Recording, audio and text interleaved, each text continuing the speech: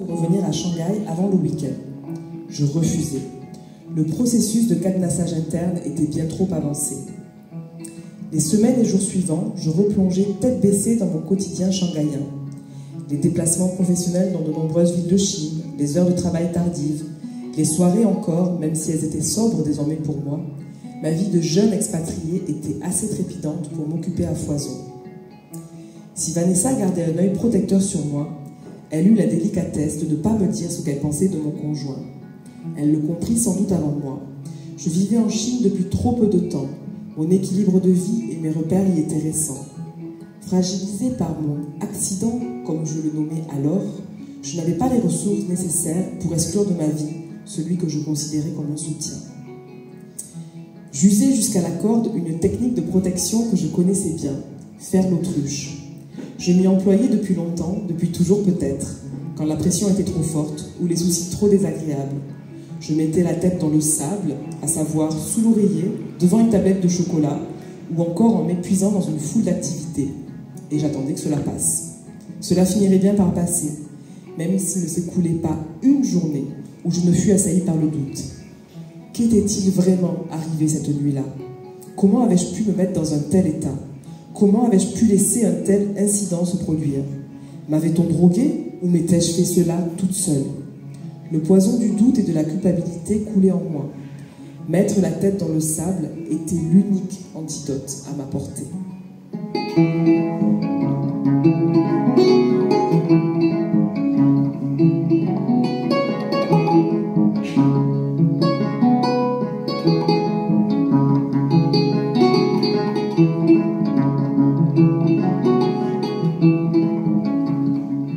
J'eus tout de même quelques vacillements qui faillirent me faire flancher. Comme cette soirée, une dizaine de jours peut-être, après l'accident. Nous étions une quinzaine de personnes à faire la fête chez des Français que je venais de rencontrer. Une jeune femme que je voyais pour la première fois et qui s'appelait, disons, Amélie, entreprit de relater à la cantonade le bon potin du moment qu'une de ses collègues publicitaires lui avait raconté. Une Française de Shanghai s'était réveillée dans un salon de massage sans savoir ce qu'elle avait fait de sa nuit après avoir fêté le Nouvel An au Marriott. Sidération. Je ne sais pas où je trouvais la force de lui dire. Cette personne, c'est moi. Comment cette histoire est arrivée aux oreilles de ton ami, je n'en sais rien. Mais je n'ai qu'une chose à vous dire. Prenez garde à vos verres pendant vos soirées à Shanghai. C'est plutôt ça, l'histoire qu'il faudrait raconter aux expatriés de la ville.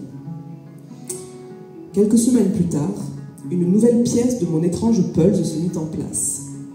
Lors du réveil traumatique dans le salon de massage, une de mes bottes en cuir était trempée.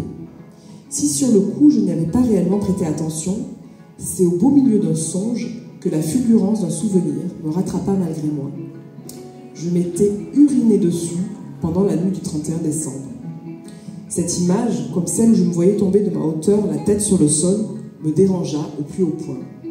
Sans doute, et je le comprends en écrivant ces lignes 13 années plus tard, parce que c'était là deux preuves concrètes que mon corps ne m'avait pas appartenu.